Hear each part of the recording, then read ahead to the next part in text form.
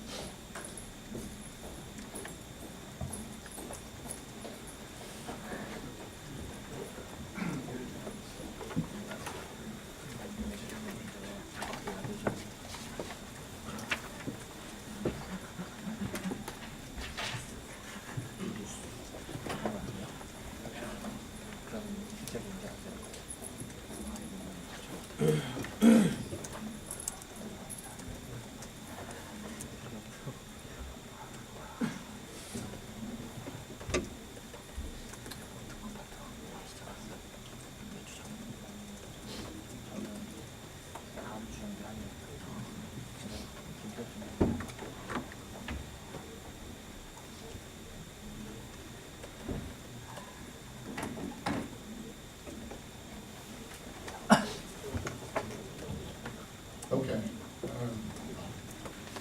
So what I promised we would do a little bit is a bit of a diversion just from the sequence of the concept examples, is to look at implementations in a couple of other languages.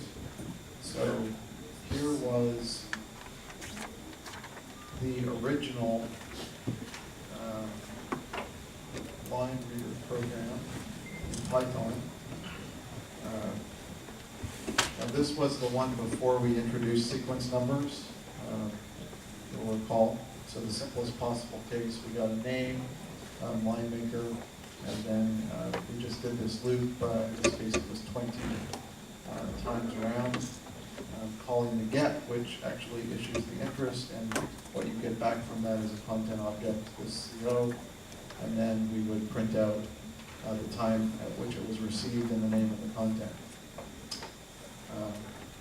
Now here is a program in C, and so it's a lot more lines, although it does basically the same thing. And this is why we started with a Python example, because it's a little easier to see what's going on. You don't have some of the extra syntax and stuff. I should mention, by the way, that it is our plan to make all of these code samples available to all of you today at some point a little later in the day. So you don't have to feel like you have to try to copy them down or something, but as you saw, some of them are being created as we spoke. So you've got here, a bunch of standard includes and things. Here are the CCN ones. So there's a master CCN header file, this charbuff header file, and something with URI, and a bunch of others. So that's very standard stuff. In this program, there are some prototypes of functions implemented later. There's a little usage message. And here is the main line of the program. So there's, in this program, there's a little bit of argument checking and things. And then where in the Python example, we saw that one of the first things we did was to create this name object.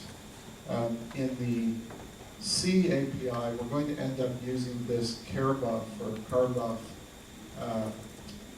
data structure, which is very widely used within the C library. And so if you're doing things like the homework and other applications in C, you're going to be using these a lot. They're basically the generic buffers that are used to hold names, to hold content objects, to hold payloads, and all of these things. So there's a whole set of functions that have to do with manipulating these things. And here is one that creates one. So of course, in the more object-oriented style of the Python interface, when we want to name we get something that's explicitly a ccn.name. Whereas in the C library, when we call this ccn charbuff create, what we're getting is this generic buffer structure, and we're going to use it for a name, but that use is just in how the program makes use of it. So you can see that what we do is we allocate the structure with the create method, and then we call this ccn name from URI, and that's essentially doing exactly the same thing as this is doing.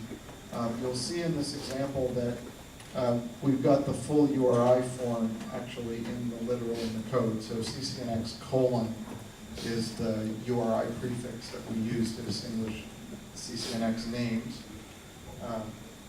So those few lines right there are sort of equivalent to this making of a name in the Python.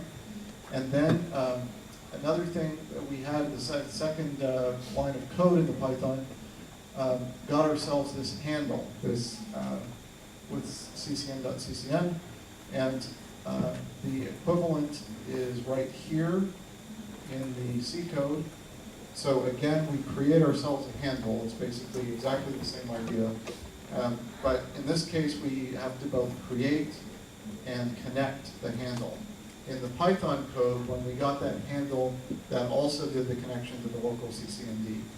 And those are separate methods in the C interface. Then we're going to create another one of these buffers that's going to hold the content object that we get back.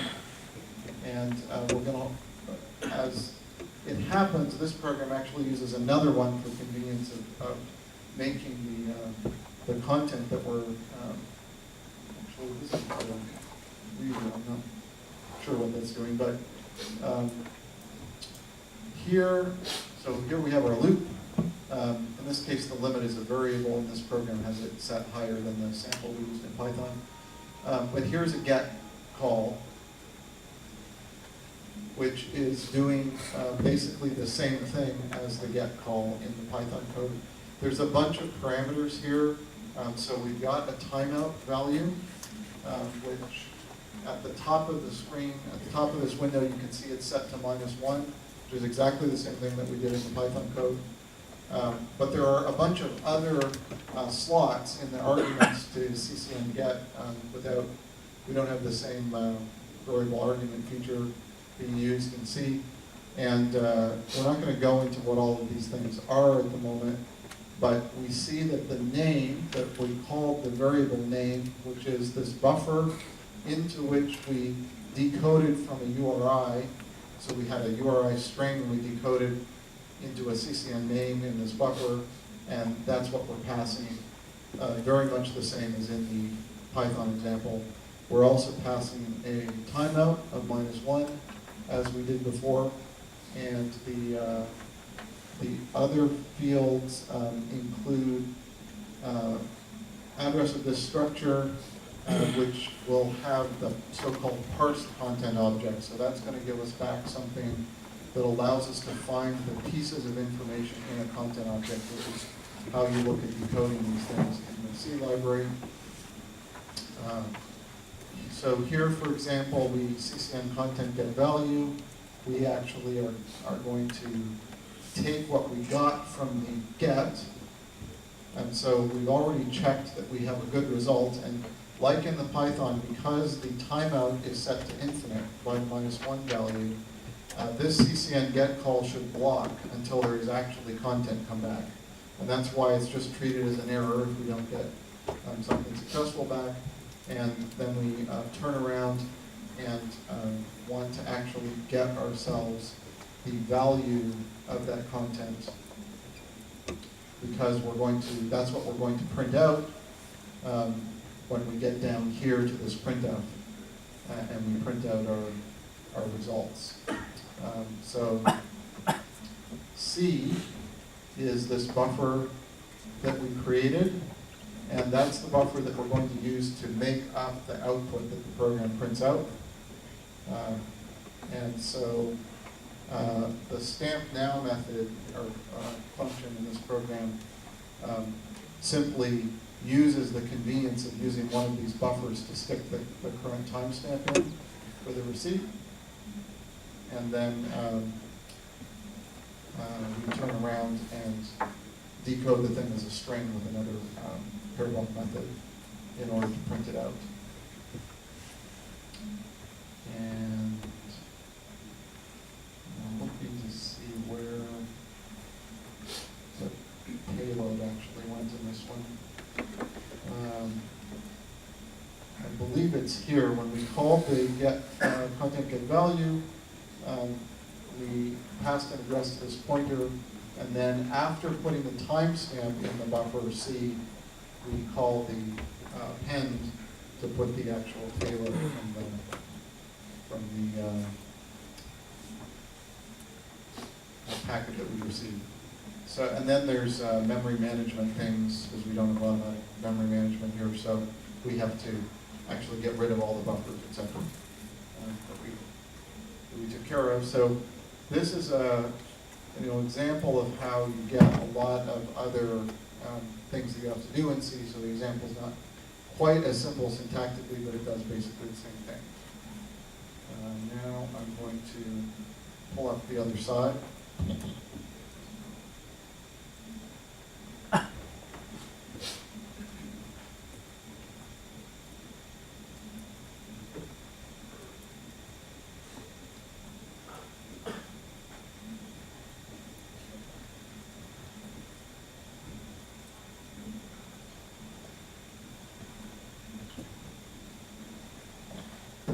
So in our example of the initial line maker, this is the producer, and you can see that the heart of this producer was this thing that in Python is represented as a class with producer closure, and the key thing in this event loop, single-threaded event loop model is that you get these callbacks used with the upcall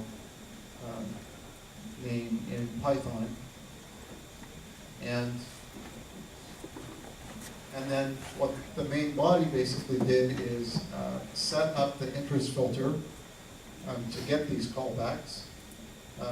That's a thing that actually registers with CCND and sets up so we'll receive the interest, and then to run the event loop. So just as a reminder, that was the basic essence of what happened in the Python example. And very same thing, of course, happens in the C example, where, again, we have to get our name, and we have to create our handle and all of those kind of setup things. But here, CCN set interest filter, that is our place where we set the filter.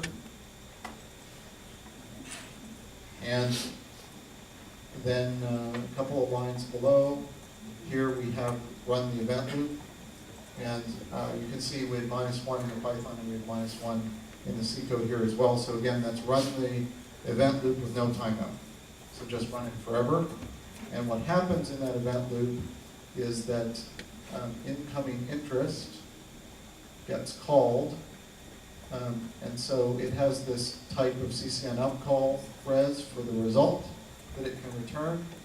And it takes this structure that is set up of the CCN closure. It gets told what kind of upcall it was, which is the same thing that happened in Python. And away we go. And here you see the direct C API examples. We're going to take the name because our outgoing content object has to have the name. We take and construct the payload also in one of these pair-bump things. And in this case, the code was factored so that there's a separate function called linemaker that actually creates the payload string in one of these buffers. And then we sign the content. Now, here in the C library, there are more things done under the covers using the handle, which in the Python bindings, we had to actually set up the signed info using the default key and all of that sort of thing. And a little more of that is being done automatically for us here. And we have the same check of whether the content matches the interest. And then CCN put is the function that actually sends out the matching content object. And then we return this result, again, just as we did in the Python, that says that indeed this handler consumed the interest. Okay, so that's just a bit of a sketch through some of what CAPI looks like. Do you have other things to add at this point? Okay. Questions or anything about sort of CAPI land? All right. I think in the CCN get works in a synchronized way. Yes, CCN get is synchronous. It's a blocking call. Yeah. So do we have any asynchronized? Yes. So that's a good question, and as we had in the case of interests, that's the example we have here is the sort of asynchronous handling of interest. We register the handle, and we get a callback on incoming interest. And you can do the same for the opposite direction. So you can register an interest and have that interest sent out by the library and get a callback when data comes back satisfying your interest. So yes. In the,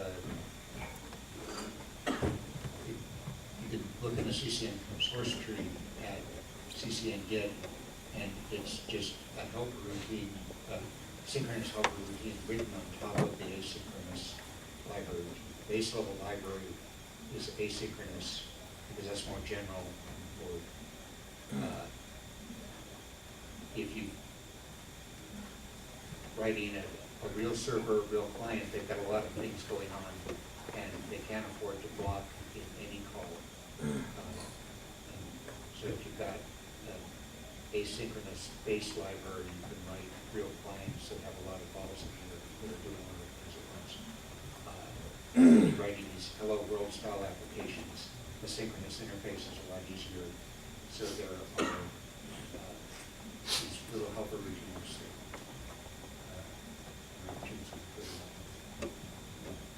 No, I think, sorry. I was not going to put up that specific thing, but move on to the Java example. But yes, that's very much the way actually a lot of real programs are written, is entirely driven off what comes in. Other questions? Okay, so this is the Java example of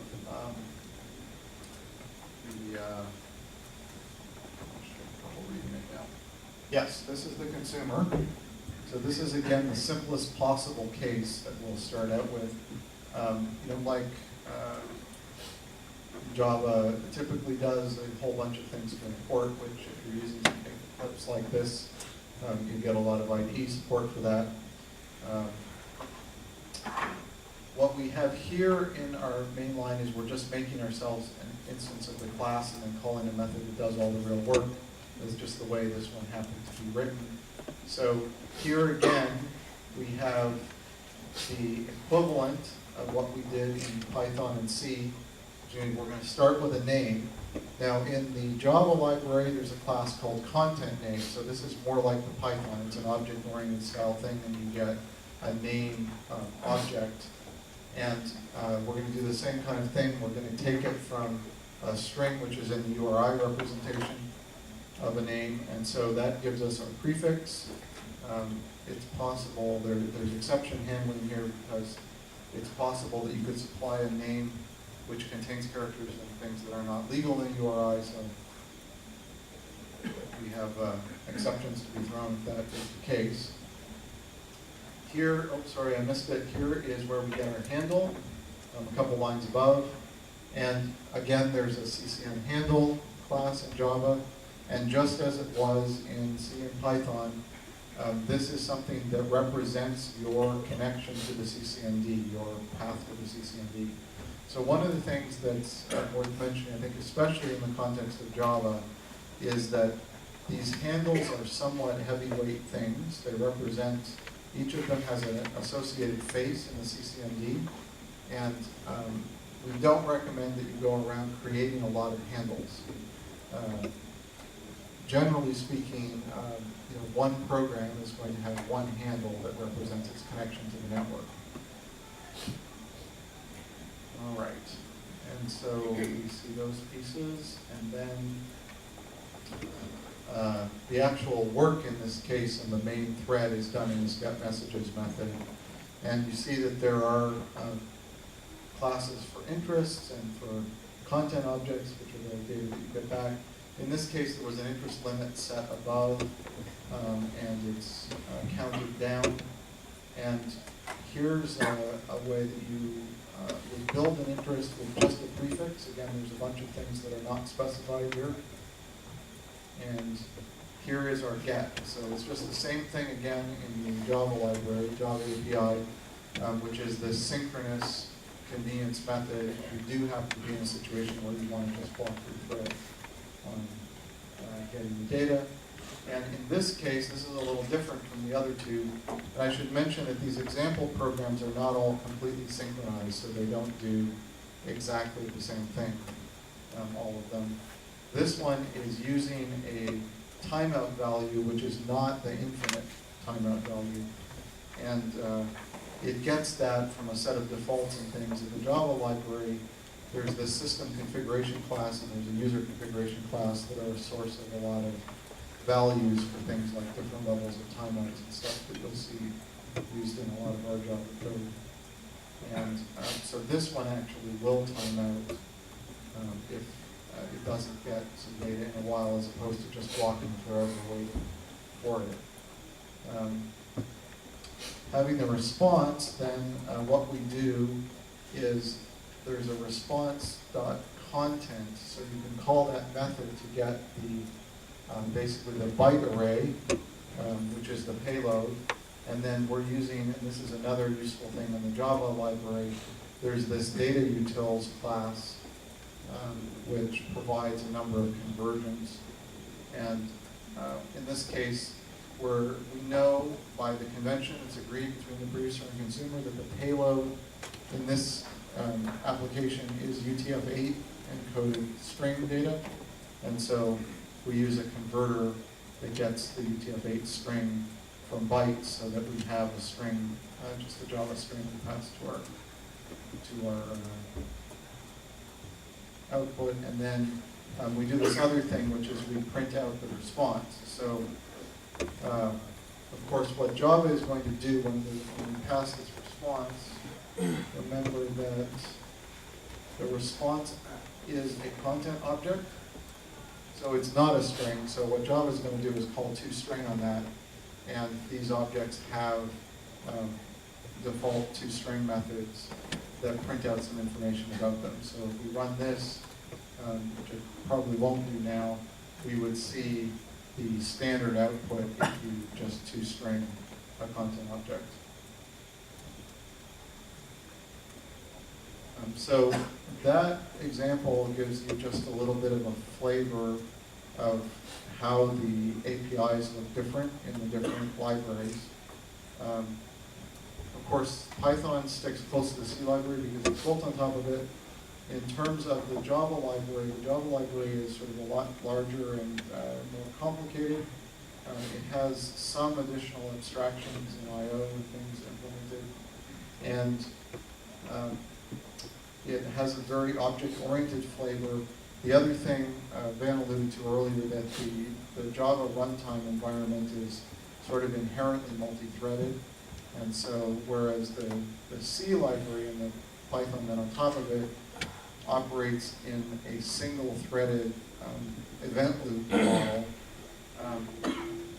one of the things that you don't see here is a run method. There's nowhere where we call run. And that's because for the Java runtime environment, the Java library is designed to operate multi-threaded. And so, and this is one of the reasons why you be careful about creating lots of handles. It turns out that when you create a handle in the Java library, unlike in the C library, you actually get a thread which is hidden away from you, and that thread is going to be used to process incoming messages and things. So when you get to the point of using callbacks in Java, for example, and you have callback when an interest comes in or a data comes in, you can do that in Java just the same as you can do it in C library. And that's still the way a lot of applications are constructed rather than with something like get. When you do that in Java, you're not, it's not the same main thread that went into a run loop method, a run loop function and comes back into the callback. But in Java, it's actually this low-level thread in what's called the network manager on which the callbacks are going to happen. And so those callbacks that happen in a Java application are typically going to happen, I guess basically always going to happen, on a different thread than your main application thread, for example. So you do have to watch out about those kinds of things that come with threading in Java. Questions about this so far? Sorry. Yes. From the URI, CCNx is the key of the prefix protocol. I can use the different word of the CCNx colon slash. The CCNx colon this, Yeah. Can I use the different word? can you use a different, It means may I can use the different word, not prefix, not beginning the CCNx colon slash. so the only prefix that CCNx URI support is CCNx colon. It's possible to leave that off because much of the libraries, or at least some of the library routines, will work okay if you don't specify the prefix, if you just put the name starting from slash. This, here you see it's from URI, and we saw reference also in some of the other language examples. This is using a URI string representation of a name. And so it's got to meet the syntax rules for a URI, and it's got to all be string.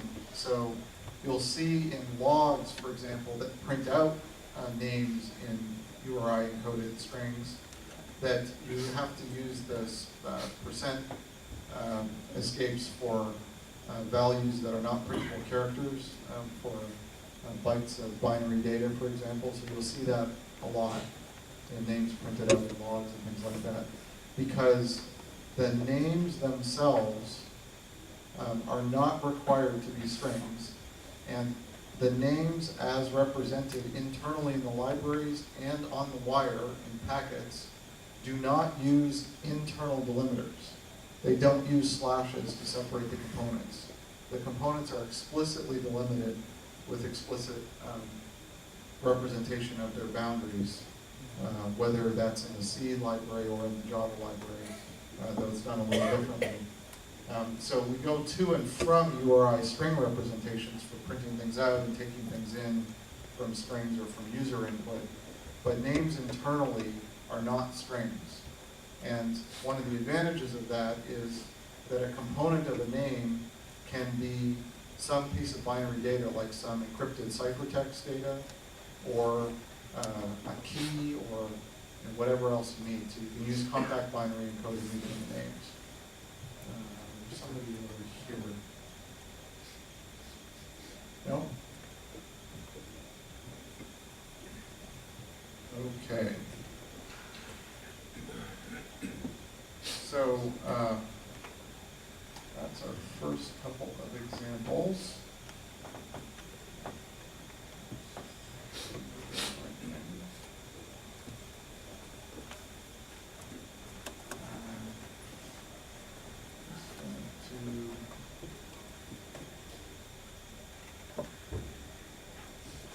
Quickly show you the second case in Java.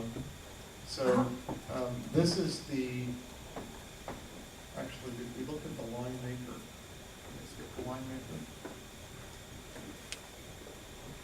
Okay, you did the client. Yeah, okay. That's what it's pretty- Okay, so here's the server side of that original simplest possible case. It's the same thing, we're getting name, it's, the variable's called namespace here. Then we've got a constructor, which is where the handle is actually obtained in this case. And we get the PID that's going to go in the content, you'll recall. So we start the response string with line maker and PID. But of course, you know, every time we make one of these, there's going to be also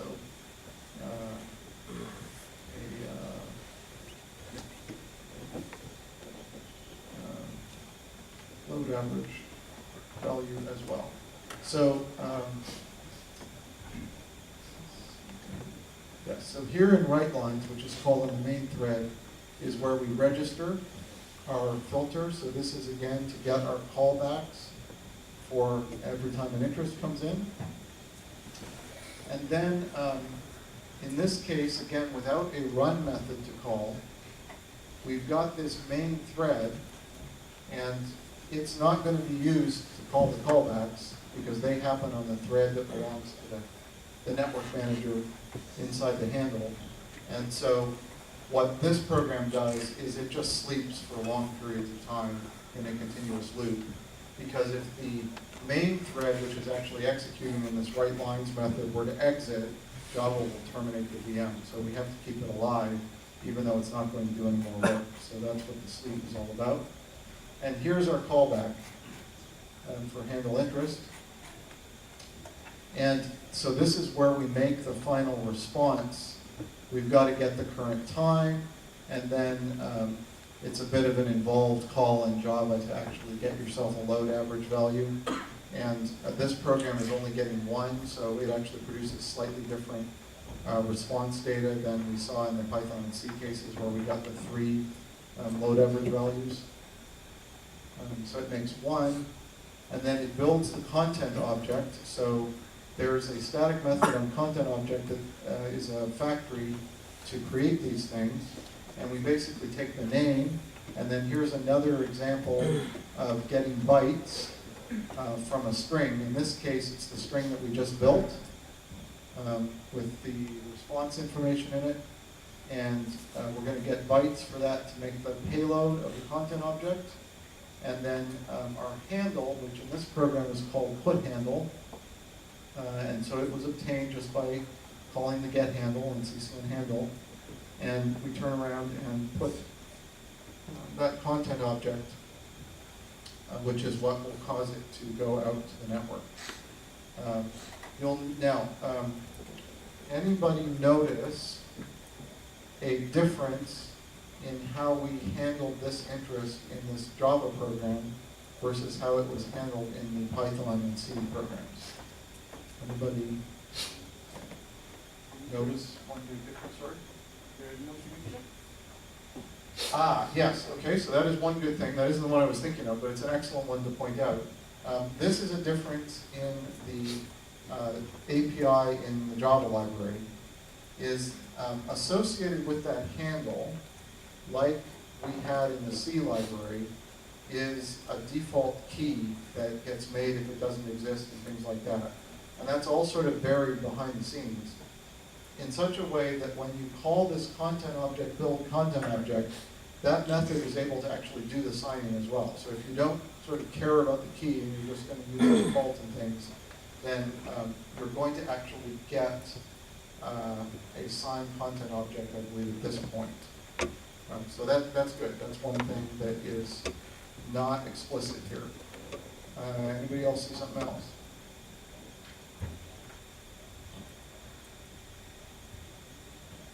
Okay, let me switch back to Python. This is the line maker in Python, and this is actually the correct closure. So there's a couple of things. So the signing is here. That's one thing that's been pointed out, and there's a bunch of sign information that need to be assembled in Python for that. Also, you can see that there's different types of upcalls, and that's because this interface mechanism in C and Python is very general, and the kinds of callbacks that you get are actually a little different. So because of the way that it's handled on a single event loop thread, there's something to tell you when you're done, for example. And here we have the one for an interest, whereas in the Java case, when we register this filter, see, we said, here's the name we want, and then we gave this, which is the instance of this class. And you see that the class is declared to implement this interface, CCN interest handler, and the CCN interest handler is a callback that's specific to interests. So it has a method that's called handle interest, and if you were doing the callback for content objects instead, you would use a different interface that had a different method definition. So you only get interests here, so we don't need to check the kind to see that it's an interest, as we did in this example in the Python case. There's something else though. Anybody spotted it yet?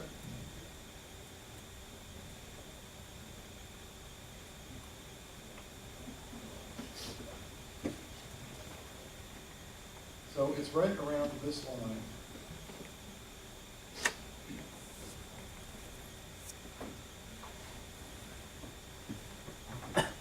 If you look in this Java program, so again, this part of the program we're down, sort of it's popping up, we're down to handling interest, so we're doing the same kind of thing that we were trying to do in the Python program or the C program, but we're missing any line to check that there's a match. So what do you think might be the significance or the result of that? Anybody have a thought about this? So in this program in Java that does not check that there's a match, it's, if you will, it's making an assumption that the interest that comes in will be exactly the interest that it expects. So that the content object that it builds with the name that is hard-coded in the program will be, in fact, exactly right to match that interest. And the program just assumes this. It doesn't check it, it doesn't do anything by construction to make sure that it's true. So this is, of course, a very simple example that was written somewhat hastily to illustrate some things. But it's an interesting thing to note that this method basically makes an assumption about the nature of what it got in off the wire. And making assumptions about what you get in off the wire in real programs is not a good idea. Of course, you can assume that because you registered the prefix, you can assume that the interest you get in begins with that prefix, because that's how it got to you. CCND, and in fact the library itself, would never have delivered it if it started with some other prefix that didn't match at all. But you don't know what comes after that prefix. It could be a prefix match and it gets handed to you and it has several other components.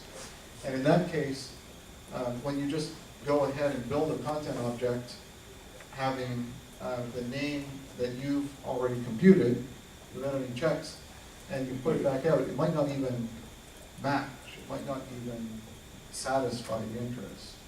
And what do you think would happen if we put out a content object that did not satisfy the interest that we were handed? It can't be sent successfully. It cannot be sent successfully, that's right. So if CCND hands an interest to a process, and that process comes back with a content object that didn't match the interest, that content object should not be found in the pit, or sorry, you should not find a match in the pit where the interest was, which means that the CCND should throw that content object away. So no communication takes place. So that's an interesting thing just because of the sort of simplicity of this example that was left out. And might be something you want to think about so you're not surprised by the results that you get. Now, I was going to quickly put up the, this is the version 2 of this in, this is actually the back to the consumer again, the reader.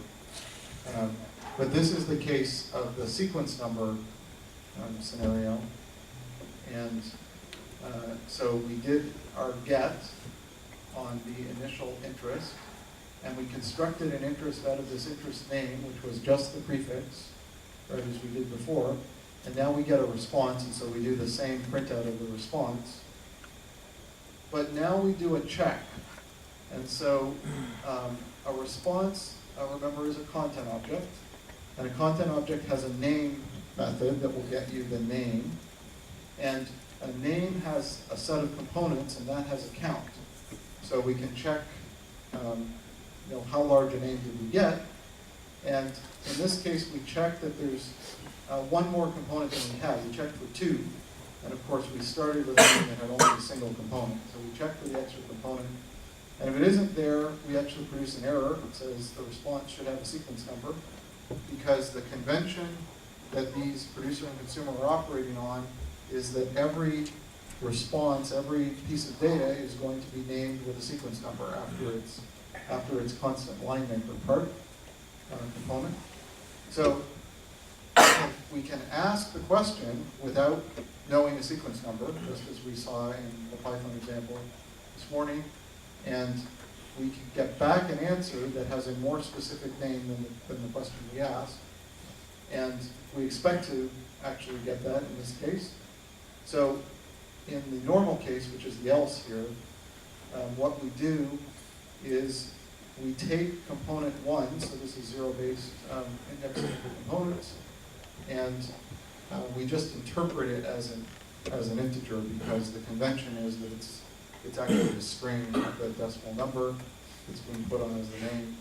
We increment the sequence number and go ahead and change the interest name. So we update the interest name. One of the useful things to realize about content names in the Java library, which is different from the C library. In the C library, content names are just stuck in these buffers. And you can always do whatever you want and change the buffers later. In the Java API, content names are actually immutable. So you never change a content name, but you may make a new content name from information that you get out of an existing content name, as here, or by taking a content name and appending to it and things like that. So this is just a small example of some of the kinds of things that you can do in the name manipulation territory to pull out components and pieces of names using the Java API. Okay.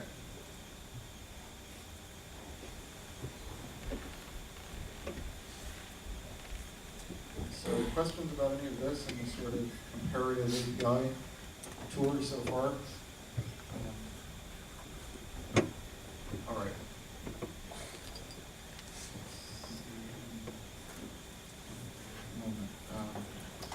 So, check notes for the next thing.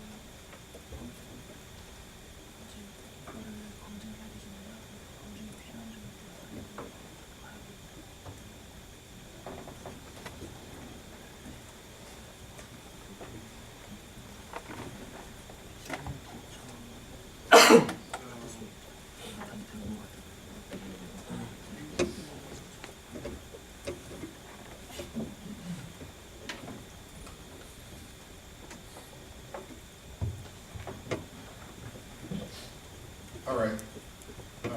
So I'm restarting the CCND here with the CCND start, and we saw before.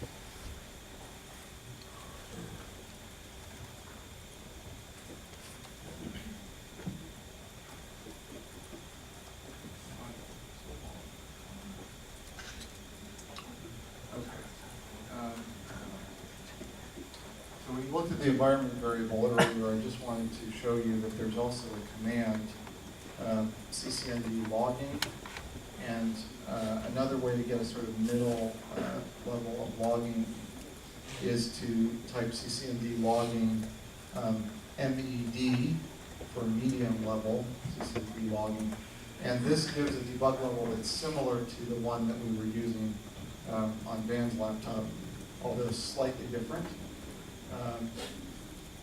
An interesting thing about CCND logging command is that it will let you change the logging level of a running CCND without restarting the CCND. So you can set the environment variable, and whenever you start it, it will operate with the logging level you set. Or you can actually change the logging level of a running CCND with that command. So just thought that I would show you that, and its output should appear there. And then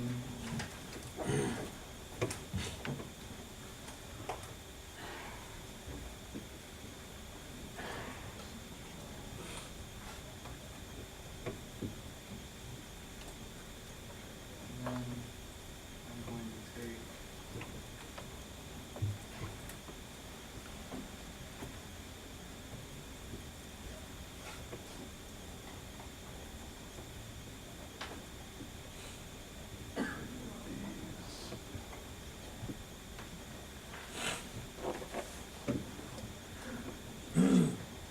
So we started a fresh CCND, and now what I'm going to do is in this window, I'm going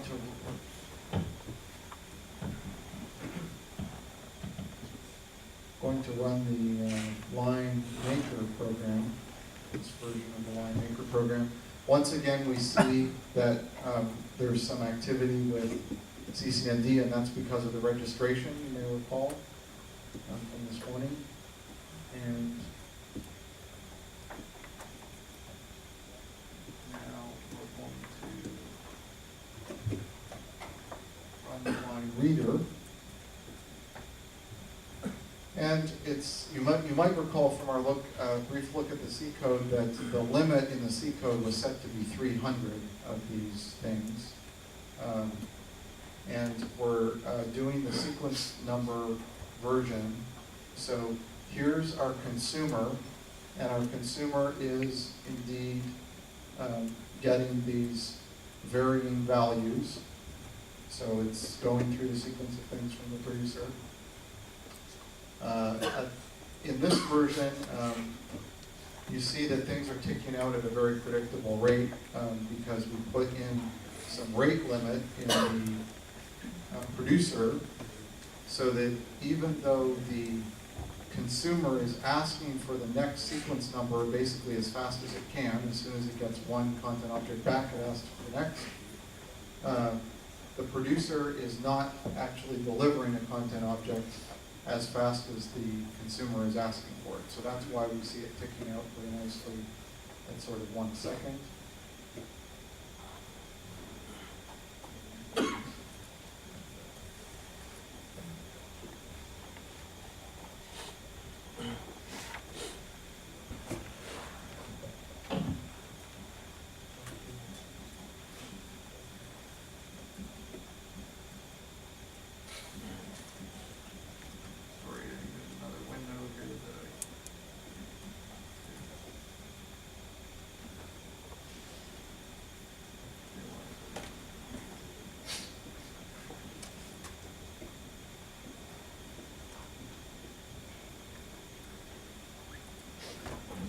Okay, so now the question is, suppose that I start a second consumer, which I will be able to do here by typing in that command again.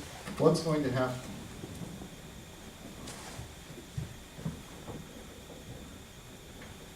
Any predictions?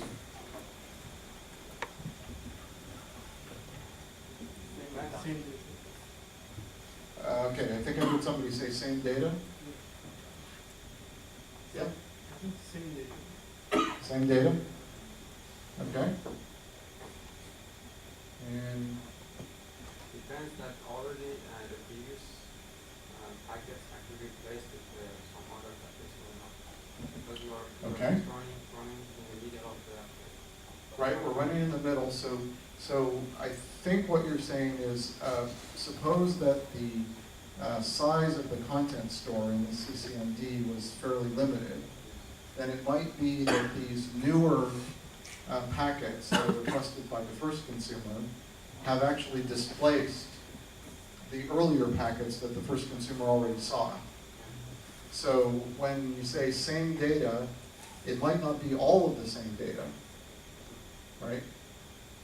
Because the second consumer is going to ask, again, its first question is going to be the same, right? It's exactly the same program. So its first question is going to be with no sequence number at all. And it's going to get back an answer with some sequence number on it. And then it's going to just proceed from there. So if it asks the question, and there's already an object in the content store, there's no sequence number on it, it will match.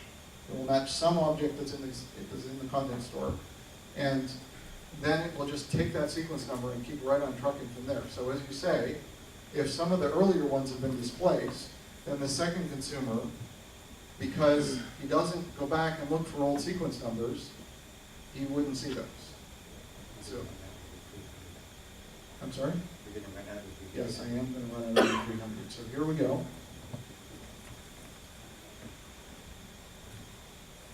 And I can see now that this is going to be hard to actually tell by observation what happened.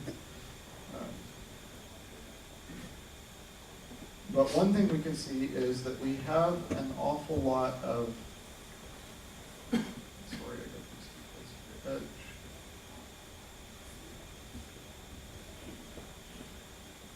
We've got a lot of entries. If I scroll this one backwards, and I see what was the first entry. 713540.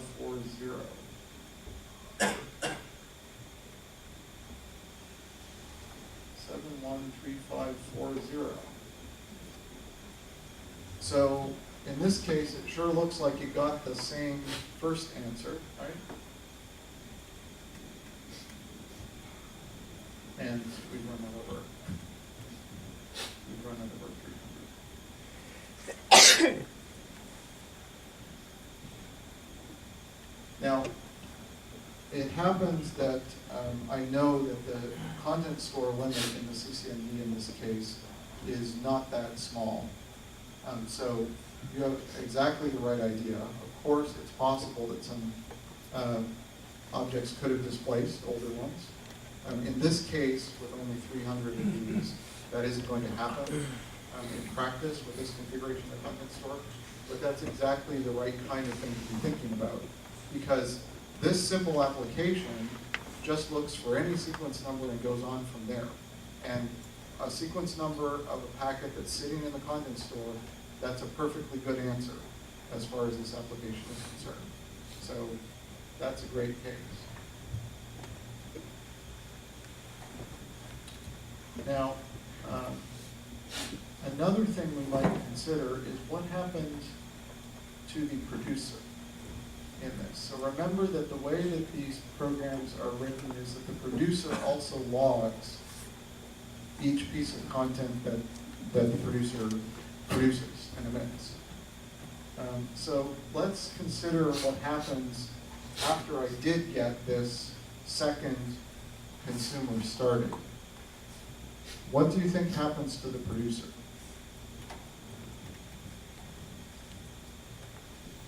Or at the producer? Anybody want to hazard a thought? If the second consumer starts from later version or later, then it will have nothing will happen because it will get the data from the buffer in the network. Okay, right. So first thing is that, and this comes back to the previous point, the content for that second consumer may already be sitting in the content store of the CCND. In this case, the content store of the CCND that is its own local CCND. If we were really doing this, over a network and with multiple nodes and things, it could be any content store on a path towards where the fibs say you can satisfy this interest. But in this case, it's just the local one. So yes, if it's already sitting in the content store, you expect it's going to be satisfied out of the content store. Now, I don't know how this actually happened with the timing, but suppose that my second consumer actually kind of caught up. Or maybe I start two at the same time. Restart one, give it a couple of seconds, and we'll start the other one and see what's happening. You want trying to say actually the role of CIT, that there is only one request to the That's an interesting point, yes. Right, so let's actually run this case. So what do you suggest? To restart one of the readers, they both, start one of them, wait just a little bit, and then start the other. Let's try this.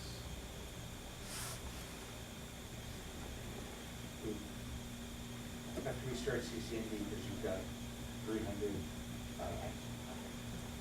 Yes, I have to restart CCND, which is just a reminder, right? All these log messages are churning away in the background there because CCND is still there. And what do you know? It's still got 300 content objects. And they're 300 content objects that perfectly meet the conventions of this application. So they're perfectly good. And so what happens?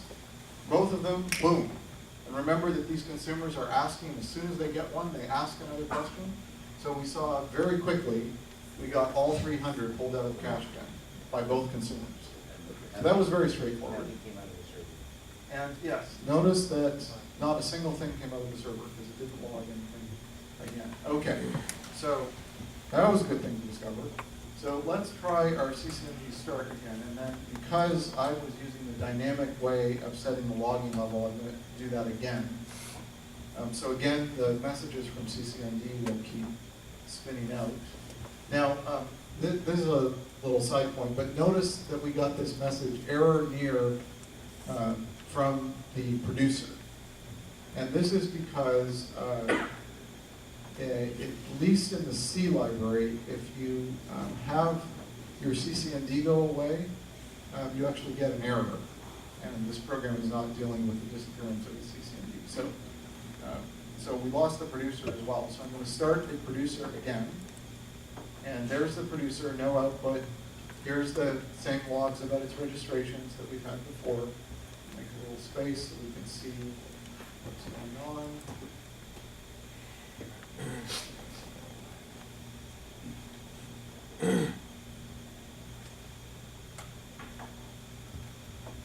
So there they are, ticking out, a second, one every second.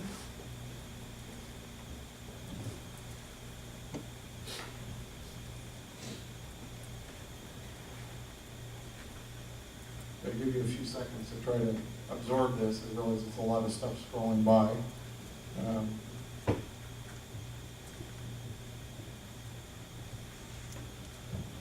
What do you think you're seeing?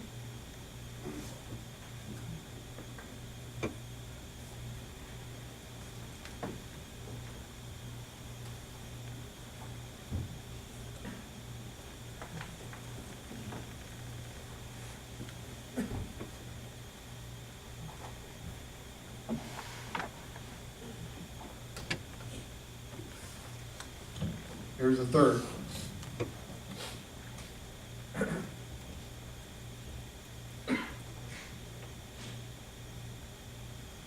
What are we seeing?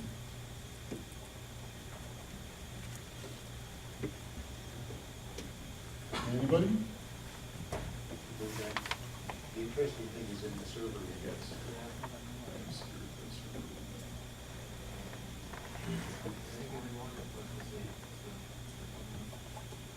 What's this rate look like?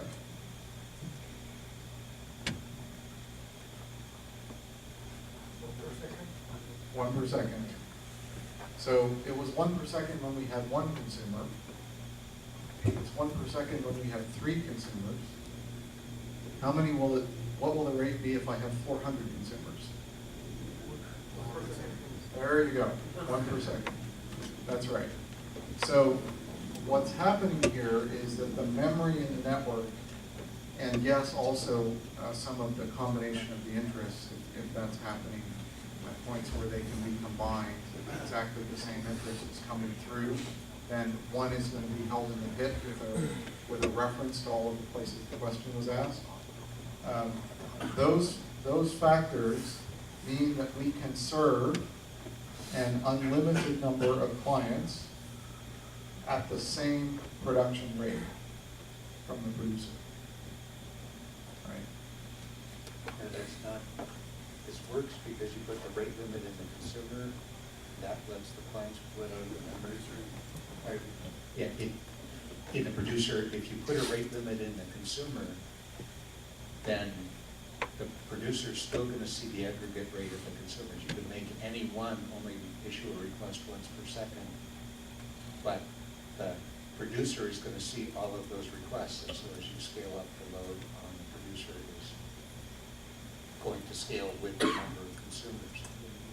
But in this architecture, if you rate limit things in the producer, then that forces every consumer to wait until a new copy has been produced. So they all just sit there waiting until another one's made, and they can run no faster than the producer.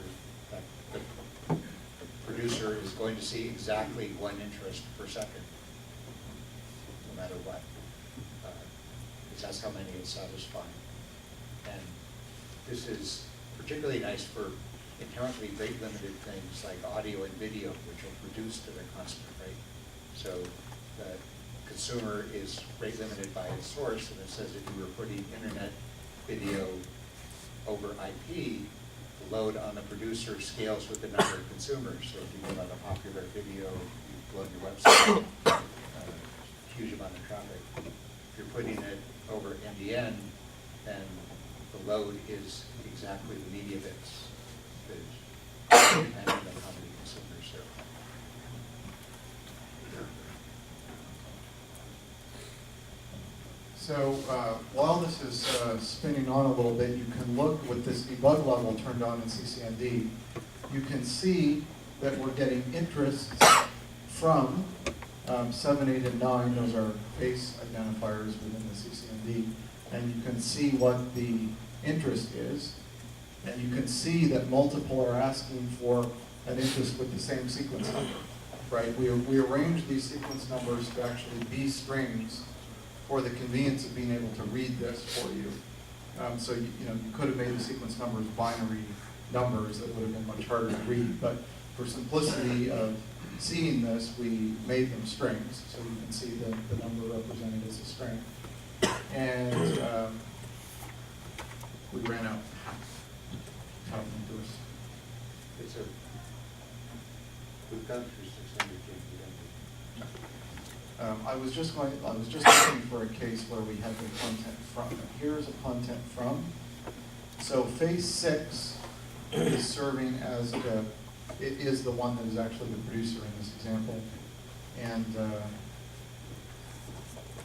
notice that when CCND says content from 6, the name that it gives you, URI encoded here, starts with our line maker, and it has the second component, which is the sequence number. And then it has all this other goop. And then it's got a number of bytes that tells you how big the content object was. And this being URI encoded, and it happening to be binary data, we see all of these, percent %E2, percent %A7, et cetera, in the printout. And you're going to see this kind of stuff all the time in logs.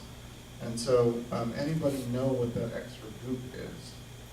Why is it there? It wasn't in any of our programs. Our program didn't say put that on. Does anybody happen to run across this?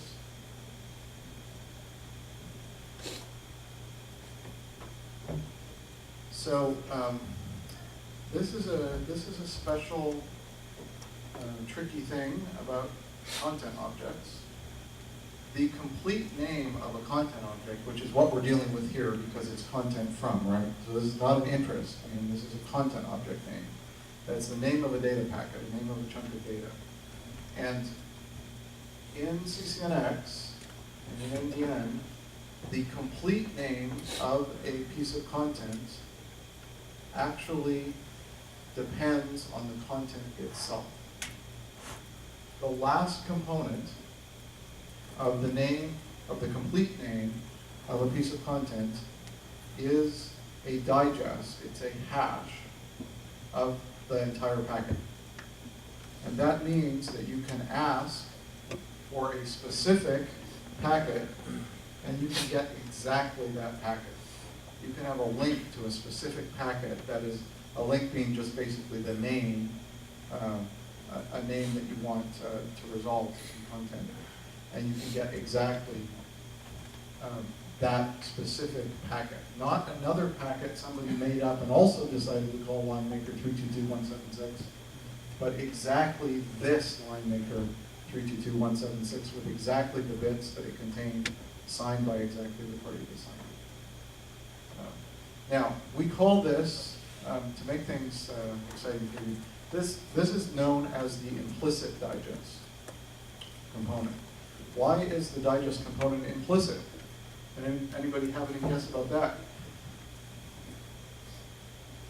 So the reason that the digest component is called implicit is because it's derived from the content, and therefore it is redundant for transmission. So when we transmit the packet with this name, we don't need to actually transmit those bytes in the name field, if you will, in the packet. Because once you get the packet, you can construct that. And so you sometimes see things with or without the digest because it is implicit, it's not transmitted all the time, or it's not transmitted at all. And so here, what CCND is doing in its logging for debugging is showing you the real thing. Is it for verification purpose or just other reasons?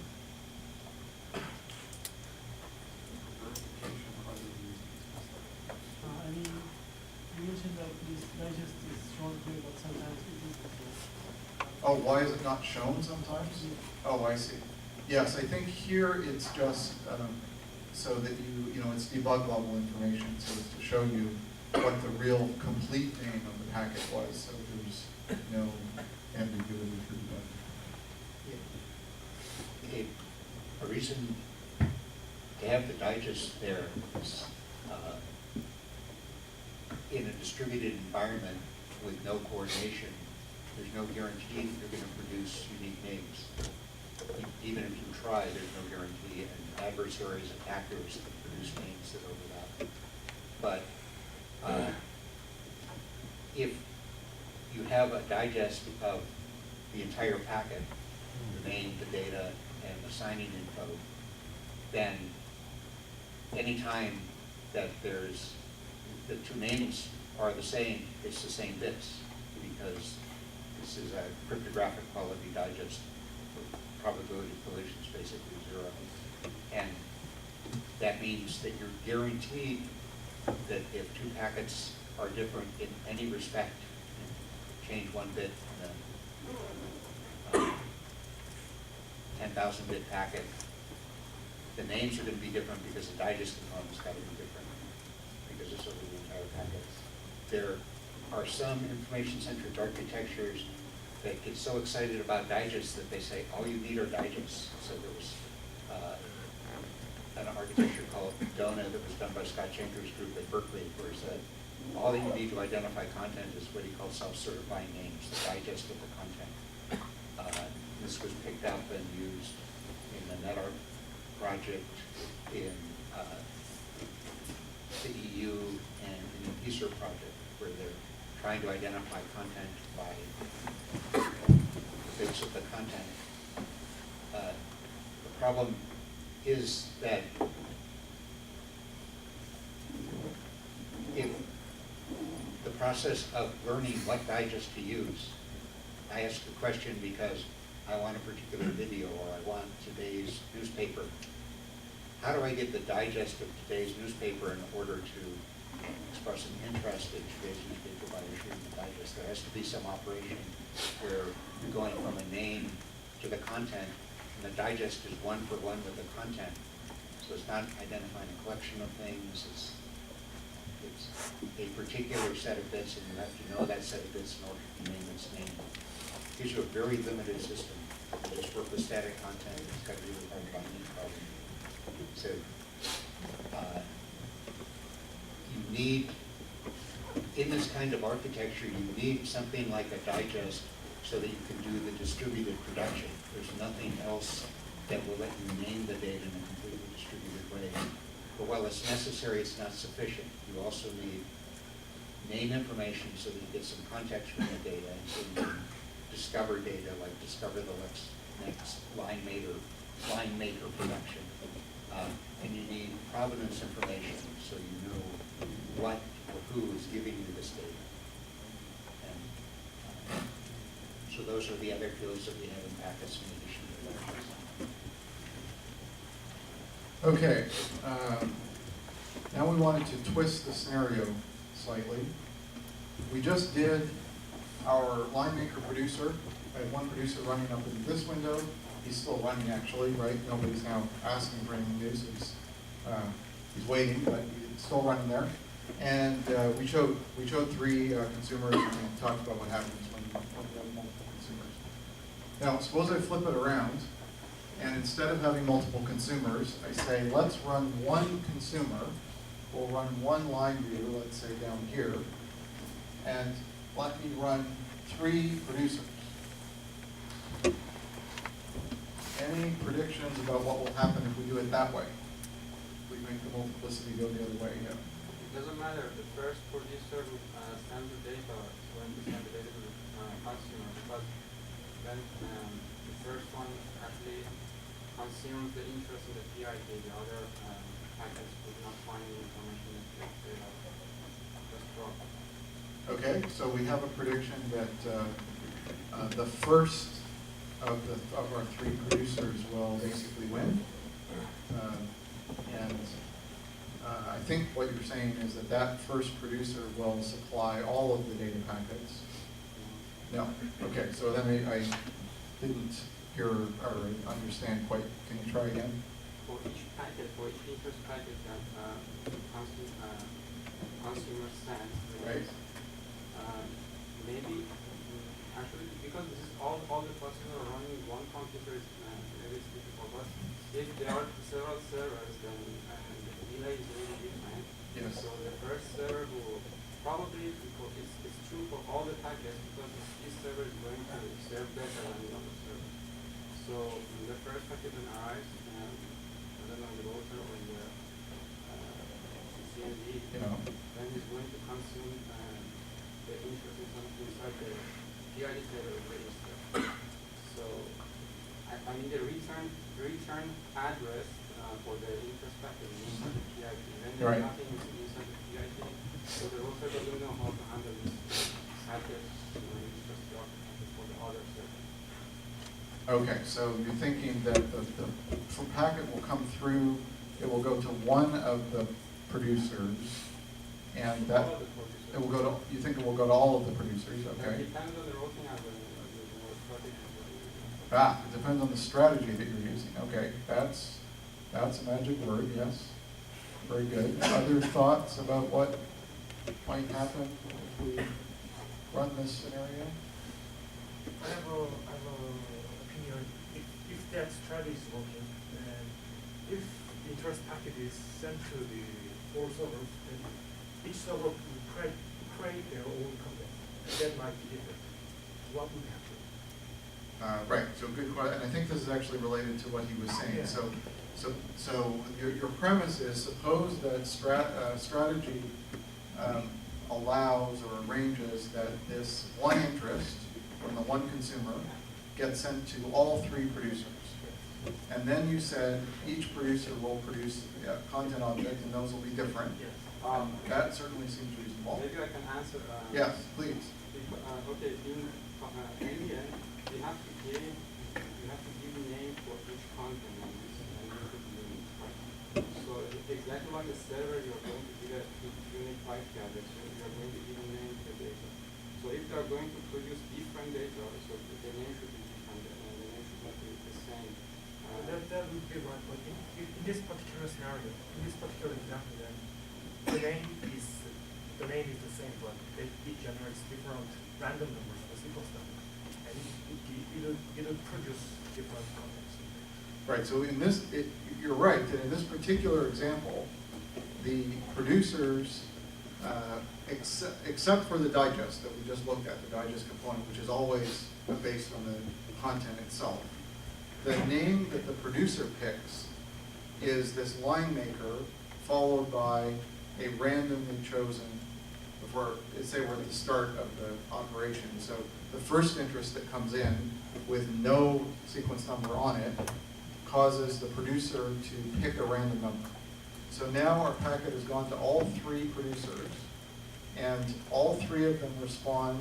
They're all the same program, so they all do exactly the same thing, which is to pick a random number and produce a content which is each unique. Remember that the PID is in the PID, the process ID is in the content. And so they're all going to produce a unique payload. They're all going to have some random number. Okay, maybe 2 of them happen to choose the same random number, but that's not very likely. And they're going to generate their content. So now we got 3 content objects. Do the 3 content objects all match the interest? Are they all good answers to the interest? Anyway, when the consumer asks, because the first time it is going to ask is going to receive the sequence number, right?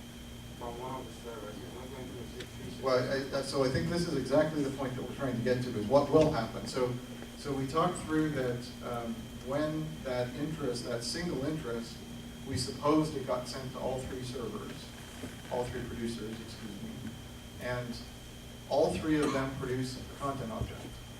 And so all 3 of them are actually going to send back their content object, right? That seems reasonable. Then what happens? The consumer gets only one data. Why does the customer get only one data? Because the router first stored into the content store. Okay. And second and third data is arrived, it just dropped because you have already in this content store. So now remember that these data are different and they have different names. So they could all 3 exist in the content store at once, and there would be no conflict in that. But I think what you're getting at is that when the second one arrives, the router should, the CCND should consult its PIT, and its PIT would no longer have the interest in it, right? If the first content object had been sent back, right? So it would be perfectly fine for all 3 to be in the content store. But because of the PIT, and this is the point that you were making earlier, I think, because of the PIT, the first content object that comes back from one of the 3 servers, whichever one happens to win the race, let's say it'll be first, that content object, that's going to match the interest, right? We're all agreed about that, so it goes back, satisfies the interest, now there's nothing in the PIT. So when the second one arrives, there is no interest for it to match. Now, it turns out whether it actually goes in the content store or gets thrown away, I think doesn't matter to the scenario that happens here. It should get thrown away. I mentioned this because in the current implementation, it probably goes in the content store. Because this is one thing that's not quite right in the current implementation of CCND, is that when it gets data, it tends to hang on to it at least briefly in the content store, even if there is no interest, that it matches. But it, is it in 015 or whatever? Yeah, it's. Good, okay. It's in the current release. There's fix the bug. There's a switch that currently defaults to the broken behavior. So if you turn it on or off. And in the 05 one release, it defaults to the broken, contrary to the documentation behavior. And in the 06 release, we did flip the switch. So, Yes, thank you. Okay, I've forgotten most of this discussion. So the fix is in, but in order to not suddenly change behavior on people, we have a switch so that you can still get the broken behavior, and that's the default at the moment.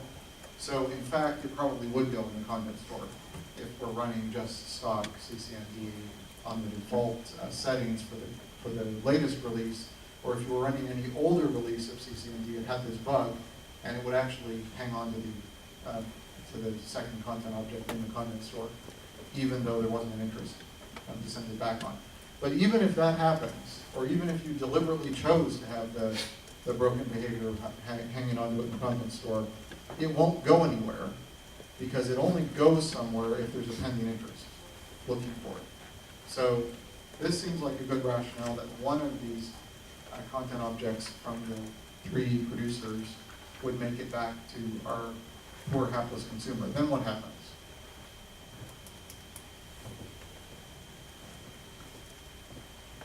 What happens next? Or maybe someone else. Yes, see, I think because the first packet that reaches, maybe it will be the first one who will release, they do the same copy, and then they ask for the next. So, It will be same for each. okay, right. So the suggestion here is that we'll get one kind of object, we'll get back to the consumer. The consumer's behavior, remember, is to ask. Now it knows the sequence number. It's got its first packet back. It gets the sequence number out of the name, and it now asks for the next sequence number. And the suggestion here is that that's probably going to come from the same producer that produced that first packet. You might think about whether you agree with that, and if so, why you think it would be the same producer that would produce it. Look, the CCND was the reverse route content. Didn't know the reverse route to the content object. I'm not say more. Because the CCND knows which content object is routed to the consumer. You need to remember its reverse route. And that interest, particular interest will be routed to the content consumer. Okay, so that's an interesting theory that the CCND would remember some state where it got the content object before, and it would send it to the same place. So I think this is very tricky. It's a very interesting idea because there's sort of a sense in which that's true and a sense in which it's not. The CCND doesn't remember reverse paths in the sense that you were suggesting, I think. What the CCND does when it's given an interest is it does a lookup. Of course, first it finds is it satisfiable out of content it's got in its memories already. But let's suppose that's not the case here because we're asking for a sequence number that hasn't come through yet, so it's not in the content store. Then, in order to forward that interest to where it can be satisfied, the CCND looks it up in the PIP, or excuse me, in the fib. Looks it up in the fib, and that entry in the fib gives it a list of places that it might be satisfied. And all of those places are sort of fair game. What the CCND does do in the current hard-coded strategy routine is it does favor the possible destination that had the best response recently in terms of getting content objects back to the CCND for interests that match that fib entry. So that's a kind of performance preference, but it's not actually remembering, I got the answer last time from that one guy, so that's where everything's going to go. It just might have a bias to send the interest to the same one first. Okay. So there were some other comments around? Actually, it's because of the way you are actually handling it. When you receive a sequence number, you are going to stick with them and just increment every time request and packet. So if the sequence numbers are different from different producers, definitely it's going to be one. Okay, so what he's saying is that the way the consumers operate is they just take the sequence number that they get when they discover from their first packet, and they just keep incrementing and asking for the next sequence number. And so basically, whichever producer produced the one that they got, they're going to ask for the next one, which is what that producer is primed to supply. Okay? That's fair what you're suggesting. Okay. Any other thoughts about this? We're going to try it. So in order to do this, I'm going to restart the CCND so we don't get our memory problem that we had before. And I'm just going to repeat I haven't set the environment variable, I'm going to repeat that. Once again, we see that our one producer terminated.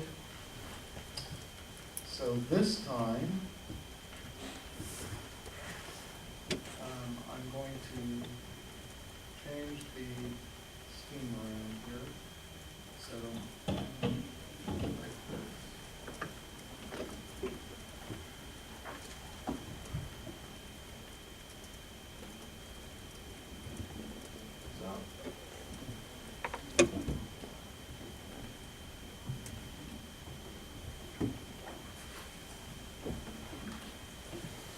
Okay, so the line reader is going to be down here. This is our one consumer. The other three windows, we've got CCND in the back, so the other three windows are going to be our producers. So what I'm going to do, I think the way we plan to do this, we'll see how this goes, is I'm going to start these producers. So far no surprises, right? All of the producers are just waiting for an interest. That's exactly what we've gone over before. And now, let's see.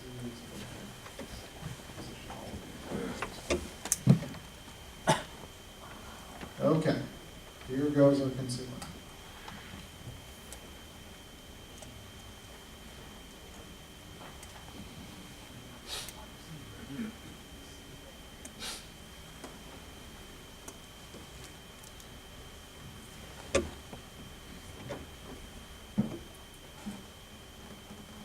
Well, that's certainly interesting.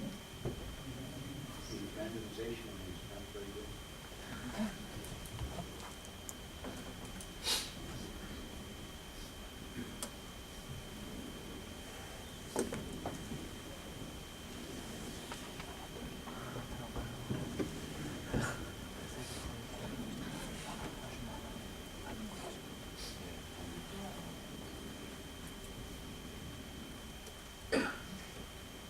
Okay, so observations. It's fairly clear, right? Our consumer, what is our consumer getting? Our consumer is getting a rate of 1 a second, it looks like. We've got a producer that is producing at a rate of 1 a second, so that all looks familiar. It appears we've got a pretty steady state of one producer is actually the one who's getting all the business, as it were. Pull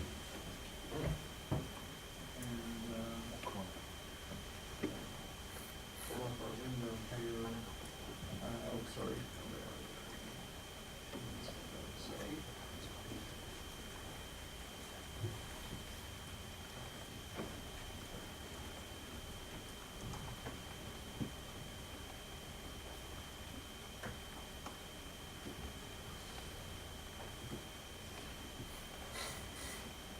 Okay, so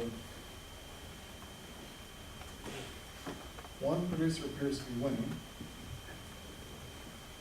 and we're in the series of, if this is the sequence number, right? So we're in the series of the 634,000 or so for a sequence number. You can look at to see where the interest is delivered. Thank you. Great idea.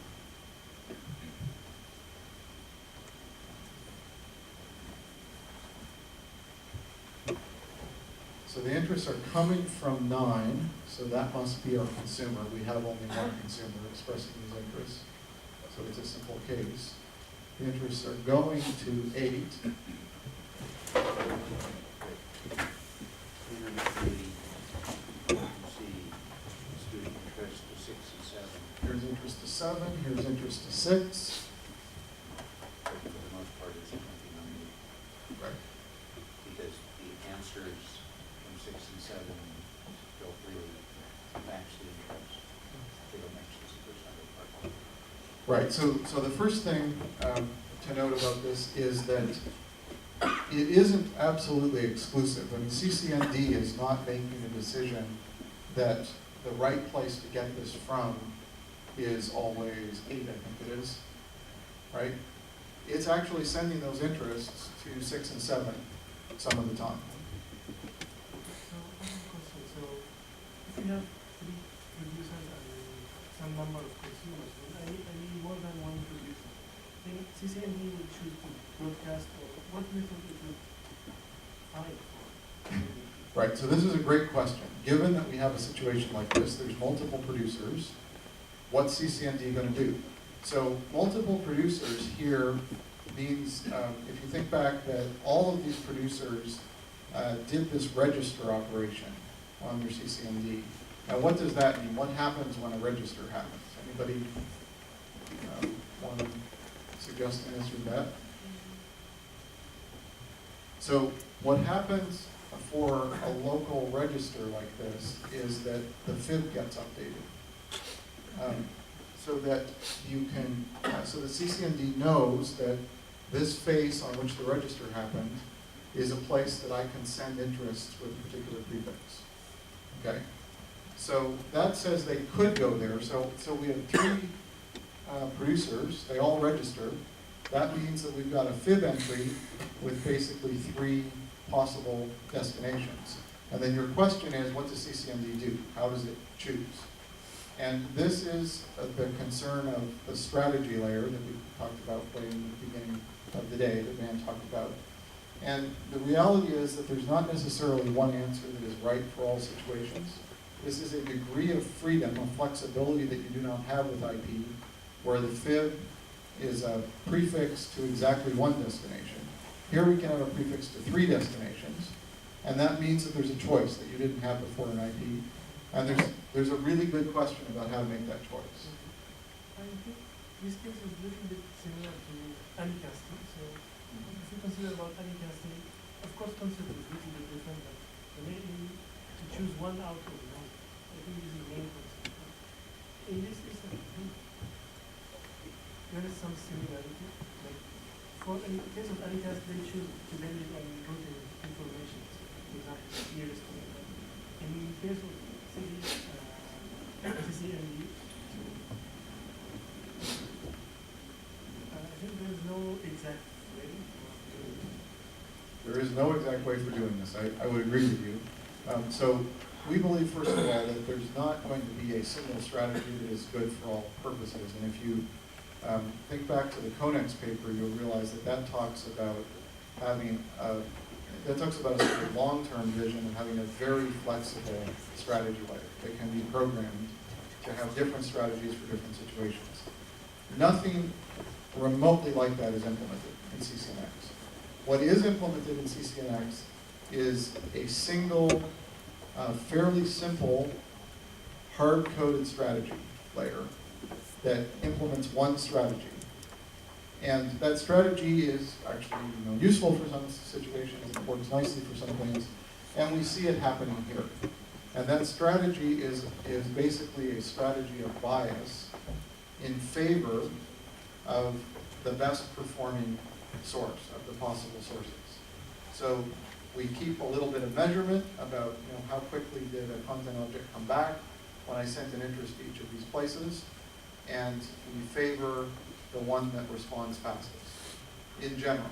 But this is not to the exclusion, here we have it lined up, right, we are also sending an interest sometimes to the other possible phases.